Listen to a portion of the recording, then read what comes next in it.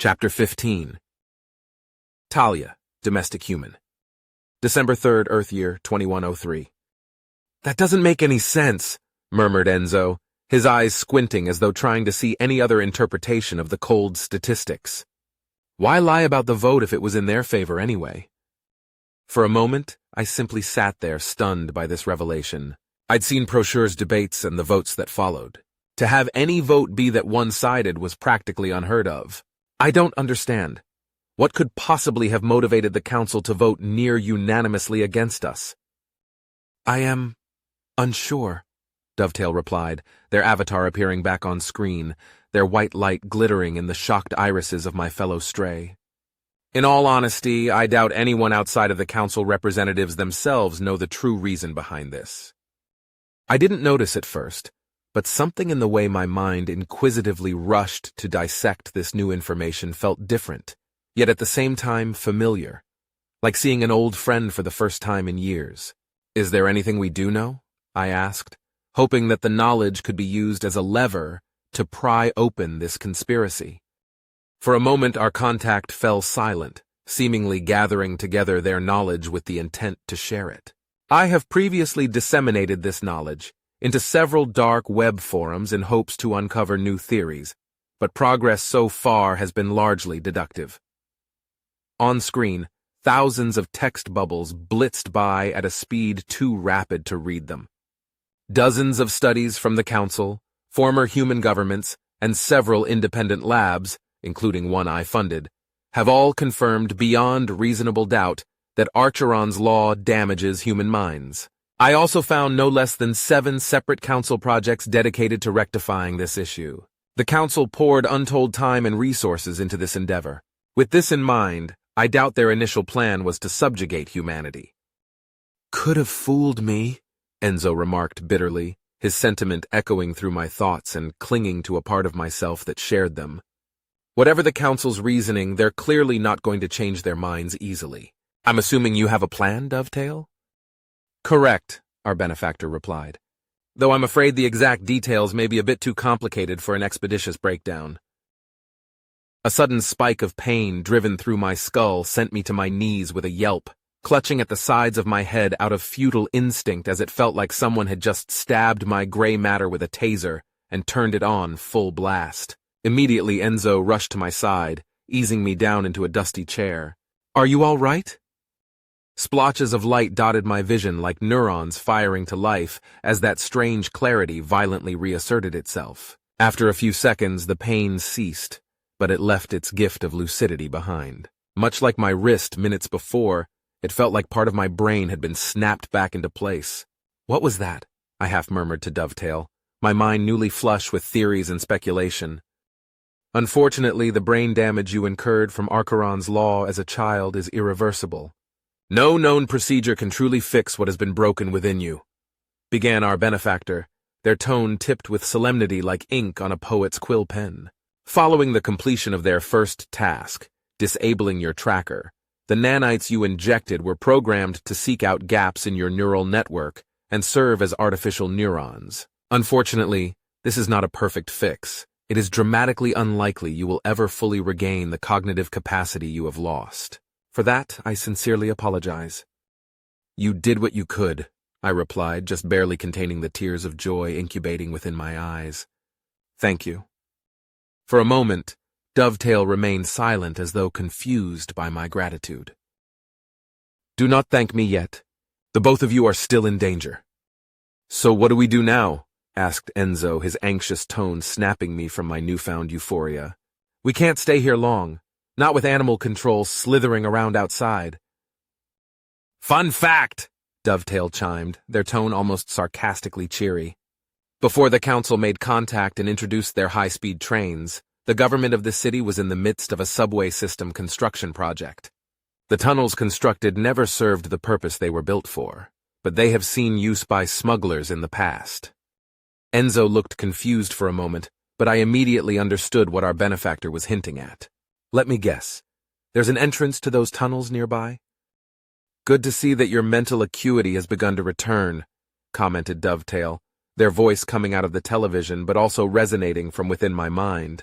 Enzo must have noticed the same thing, as his eyes widened in shock. With those nanites injected, I can communicate with you both manually through your chips. Well, that's not creepy at all, murmured Enzo, nevertheless looking to our ally for further guidance. Anyway, we should probably get to those tunnels before anyone decides to check this place. Where's the entrance?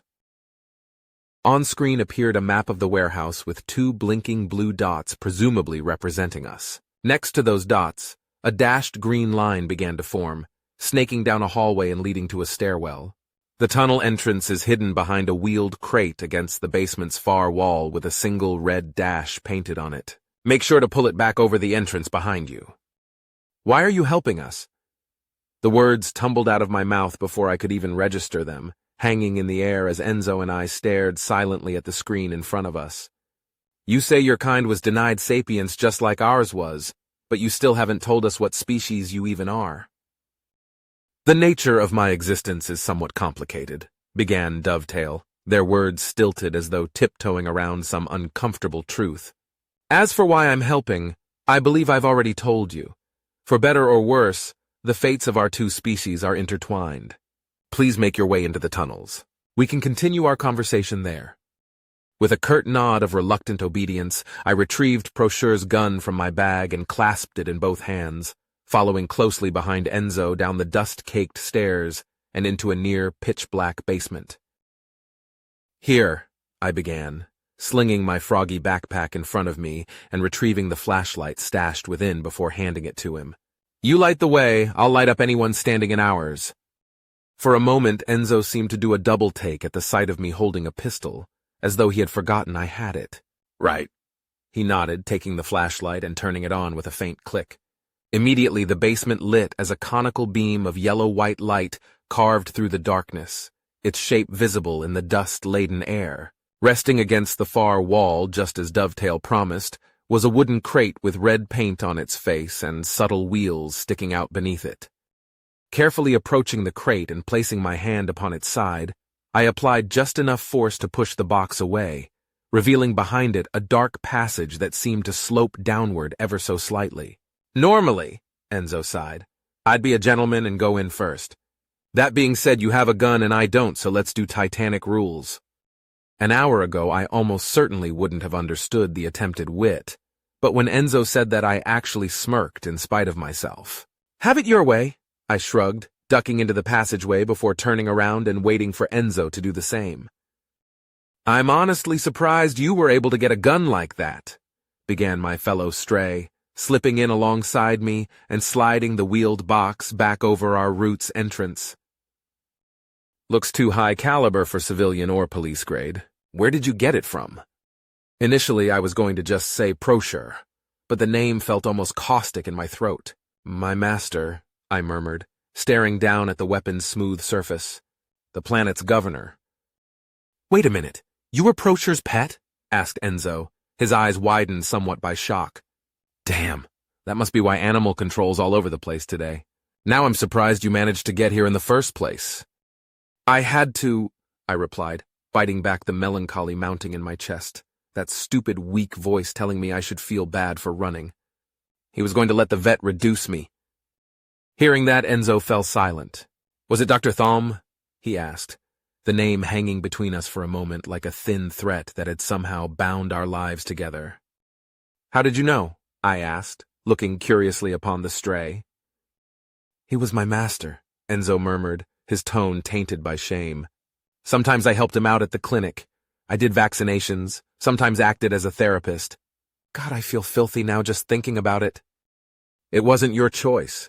None of this was our choice, I told him, continuing down the passageway until it spilled out into a wider tunnel with rusted rails running along its center like the vertebrae of a long-dead titan. You never, reduced anyone, did you? He shook his head to indicate a negative. Thom didn't even let me in the room when he did those procedures. I've seen the result, though. Let's just say I'm glad you escaped it. There is a pathway branching off to the left approximately 2 miles ahead of you, Dovetail informed us, their voice cast directly into our minds. Take that path and then continue straight. Dovetail! I spoke out into the stale air, fighting back against the oppression of silence as Enzo and I navigated the long tunnel. Now that we're out of immediate danger, would you mind telling us your plan? By plan, do you mean next steps or broad strokes?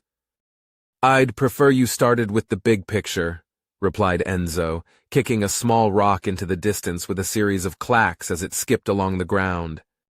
Again, there was a pause. When humans did this, it meant they were thinking, but when Dovetail paused, they left behind a different sort of silence, preparing their words less like mere sentences and more like a mathematical equation. I used to believe the Council's lies, that peace was a virtue and that species should be shielded from the consequences of decisions they freely made. Now I see the truth. A galaxy ruled by consensus is not sustainable. It must be shaped by competition. Civilizations rise, fall, and from their ashes stronger ones are born. The Council intervenes, rescuing sapient life from the scourge of free will. So you're saying you want to fix the Council? Enzo asked, his tone unsure.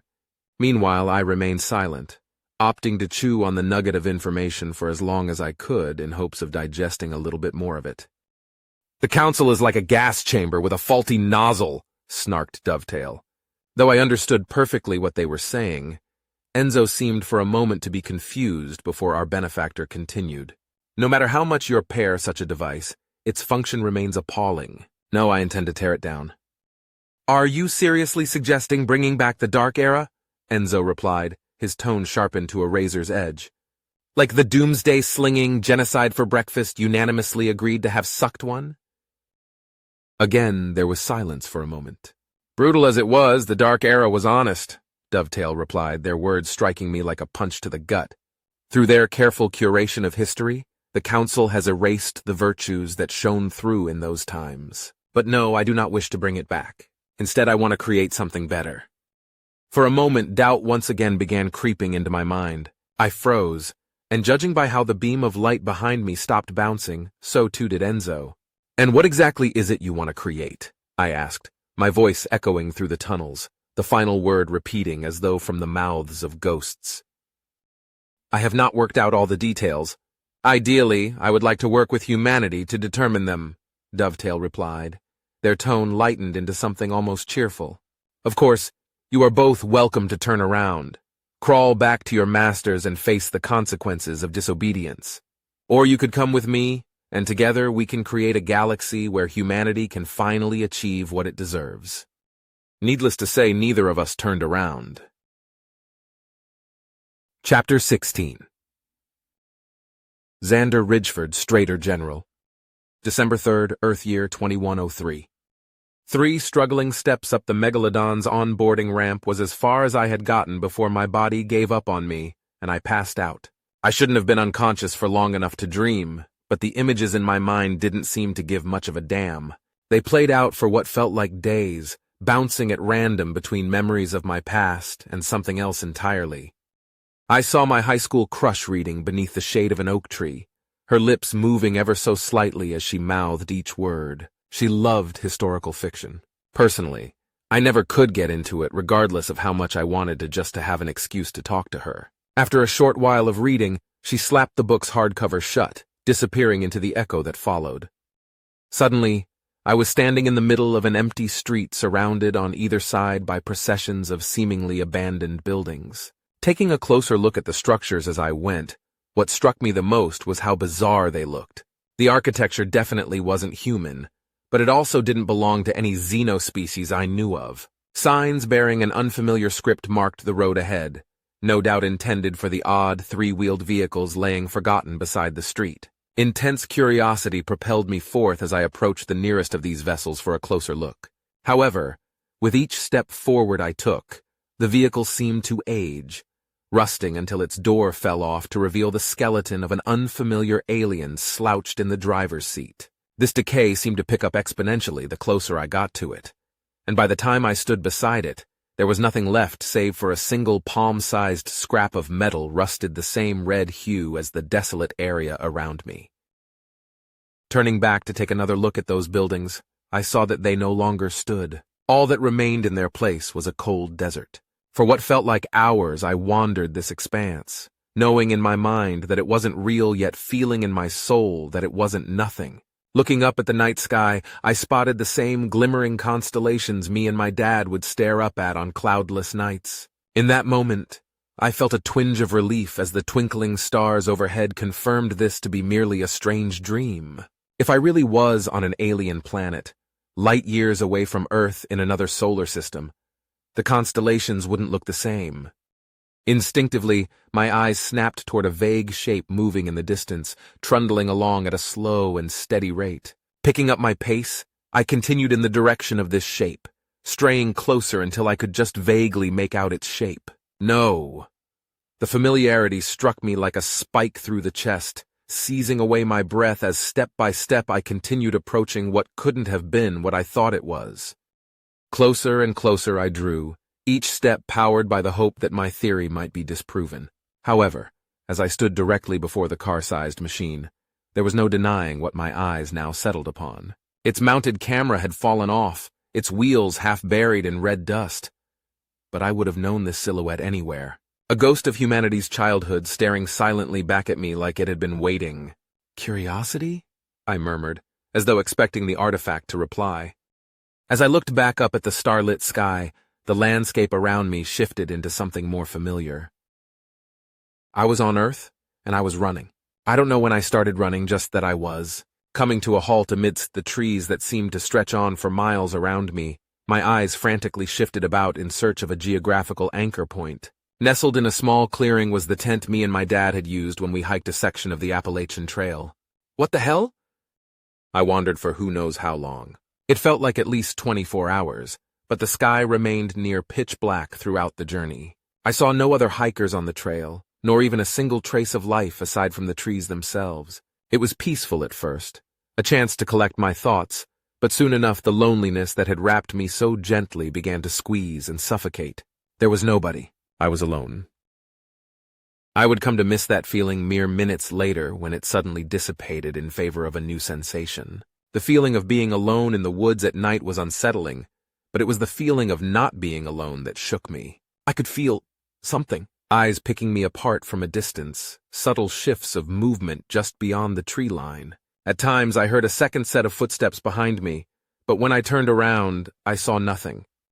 Reflexively, my hand drifted down to where I'd usually keep my gun. Apparently, however, my subconscious didn't see fit to provide me one amidst this bizarre dreamscape.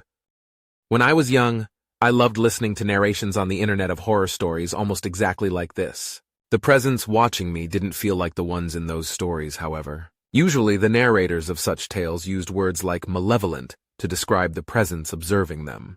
This didn't feel at all like that. I did not feel malice in the thing watching me.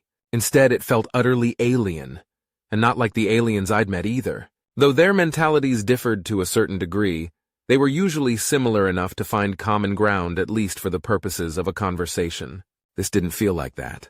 I couldn't hope to describe the incomprehensible breadth of this presence's reaction to me. Primal yet intelligent, near yet far, vast yet invisible. It felt like contradiction incarnate. There was, however, one aspect that stood out to me rather clearly: curiosity. It felt like whatever existed just out of my sightline was sizing me up. I wasn't being assessed as a predator's next meal, but rather, I felt like an ant that a child had taken interest in.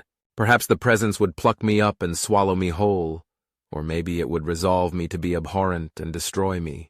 There was a possibility that it was just fascinated by my mode of existence. Regardless, I had no desire to wait around and find out. I ran. Sprinted faster than I thought was possible. Perhaps even faster than was possible given this place's dreamlike nature. No matter how far I went, however, the presence refused to abandon me. It remained exactly as close as before, just barely out of sight amongst the tree line. In those moments, as my heart pounded out of my chest, it didn't feel like an illusion. It felt like I was about to die. I didn't truly see the thing that appeared on the path in front of me. The low hum of its presence permeated my ears and resonated to the bone. The air felt thinner than before, yet carried with it the vague scent of ozone. Despite my efforts to focus on the point where I knew it was, my eyes refused to look at it straight on, instead twitching every which way they could to keep whatever it was in my periphery. What little of its appearance my brain registered, I couldn't explain if I tried. It was almost those weird pictures where they appeared almost normal at first glance, But as you looked closer, you realized you couldn't identify a single object in them. Incomprehensible simply couldn't do it justice. Spinning around on a heel, I dashed back where I had come from, hoping to evade this oppressive presence. However, in a mere few steps, I was somewhere completely different. Somehow the wilderness released its grip on me, and I found myself on the front porch of my parents' house. Looking behind me, I still saw the forest. Our house was in the middle of a suburban neighborhood and several states away from the Appalachian Trail, so there shouldn't have been a forest so close by. Applying the usual dream logic, I looked all around, expecting to find the house standing alone amidst the trees. But that wasn't the case. I saw the neighbors' houses beside and across from us. I saw our street with that pothole nobody gave enough of a damn to fix. I spun around in a full 360 to see the neighborhood. I looked up at the overcast sky and down at the lawn beneath. In none of these directions could I see the forest. Then I turned somewhere else, toward an impossible direction. There I still saw the forest peering back at me like a hole in reality itself. Suddenly the trees bled away beneath a blinding white light. There was the sensation of falling, and at last I jolted awake, my body drenched in sweat. I was in a medical bed, and beside me stood our chief health officer, the fleet's head doctor stationed on the Megalodon. "Xander, sir, are you feeling all right?" Cody asked, taking a moment to look away from his instruments and upon me directly. "It seems like you suffered direct exposure to Archeron's law. You've been out for hours." "Did we get away?" I asked, my thoughts quickly turning away from the bizarre dreamscape and back into reality. In hindsight, it was a stupid question. If we didn't get away, I wouldn't be talking to him. "Thanks to you," Cody nodded solemnly, his eyes looking me up and down as though in search of something. "Parak told us that you held the martyr off. We prepped a jump while repairs were still active. Risky, but it let us get away." When the medbay door slid open, I was surprised to see Avery walk in. She didn't look nearly as pissed at me as she probably should have been. "So there really is a heart in there," she smirked, taking a seat at my side. "Shouldn't you be in the brig?" I coughed, allowing the doctor to remove an IV from my arm before repeatedly flexing it in search of any newfound limitation. "Hugo escorted me here," explained Avery, gesturing back toward the door where the sheriff was watching her like a hawk. "I'm not going to apologize for punching you. That was deserved. I did want to say thank you, though, for going back for Parak. If I let him die, I would have lost your loyalty. Xenos are expendable, but I'm not about to lose my second in command because one of them went and died on us." At that, Avery actually chuckled. "Maybe I was wrong. You are still a heartless bastard." I was going to say something snide in response, but I was interrupted by Cody clearing his throat. "We can talk about the general's heart later," he interjected, his tone deadly serious. "Right now, I'm more worried about his brain." Pressing down on a button, Cody pulled on an image on the large screen in front of my bed. Now, I'm no doctor, so I don't actually have much of a clue what a healthy brain looks like, but I was pretty sure the spots highlighted in red weren't a good thing. "Pretty picture. Care to explain what it actually means?" I began sarcastically, hoisting myself out of the medical bed and onto a pair of surprisingly shaky legs. "Looks like a usual Archeron's law overload. The good news is that your motor cortex and activation neurons appear mostly unharmed, so physically you're fine," replied Cody, zooming in on the blue zones before shifting over to the red. "The bad news is that you've suffered from some excitotoxicity near the prefrontal cortex. Basically, some of your brain cells in that area burnt themselves out trying to process what you were seeing. I don't have enough data to be sure yet, but you might also have some neural desynchronization going on in there." "What exactly does all that mean?" I asked, rubbing my eyes with my thumb and pointer finger in an attempt to dampen the splotches of light dancing about behind them. "It means that if you start suffering from memory loss or any changes in personality, then you need to report back to me immediately." "Whatever you say, Doc," I sighed, leaving the med bay without another word and staggering back to the Megalodon's helm. My return to the captain's chair was met by the others with a small deal of fanfare. Every human I passed by stopped in their tracks to salute, many of them offering their thanks for my bravery in facing the martyr. "You're the best of us, Xander, sir," one of the ship techs told me, looking like they were on the verge of tears. Striding into the bridge and sitting down in the captain's chair, It was immediately obvious that somebody else had been sitting in it, given how warm the seat was. Under normal circumstances, I'd demand to know who and chew them out for a lack of respect, but at this time I had bigger concerns. Suddenly the ship jolted and all lights on the bridge flickered out. When the screens returned to life, a geometric avatar of some sort had assumed a central position on each and every one of them. "Hello there, General Xander," began a monotone voice, almost robotic in their cadence. "My name is Dovetail. It was I who assisted you back on the repair station." "And let me guess," I sighed, thinking that I knew where this was going. "You want something from me now, don't you?" "I want the same thing you do, a better galaxy, one forged in the fires of free will, where humanity can assume its rightful place," Dovetail proclaimed, their voice echoing on every monitor. "I will not bore you with formalities. Right now, I have 2 operatives on the Jakuvian homeworld in the city of Athuk. Your task is to raid the planet to provide a distraction so that they can steal a ship and escape." Gasps and whispers flitted throughout the bridge upon this request. The Jakuvian homeworld was better defended than any we had ever raided, and its proximity to other major systems made the prospect ridiculously dangerous. Don't get me wrong, I owe you one for the rescue, but I think invading one of the Council's most fortified worlds is worth a bit more than just a favor. For a moment, the geometric avatar disappeared, its presence on screen replaced with a sensor map showing 2 massive drive signatures. A few frantic seconds later, we had a visual on both of the vessels. "Those are dreadnoughts!" one of the techs shouted. "Not just dreadnoughts," Parak interrupted, forwarding me the ship specs. "They're Inzar ships, and cutting-edge models at that." "Battle stations, people!" I shouted as the weapon techs prepared to open fire. Then returned the voice of Dovetail. "That won't be necessary," they interjected, forwarding me the security codes for both vehicles. Pulling up the bridge cameras, I saw that neither of these ships bore any signs of life. "The dreadnoughts are all yours. How many favors would you say that's worth?" Leaning back in my captain's chair, I felt the beginnings of a grin tugging at my lips. Those ships could level entire colonies, and that kind of power always came at a price. Then again, we'd paid more than raid for less than Dovetail's offer. "Tell me more about these operatives of yours,"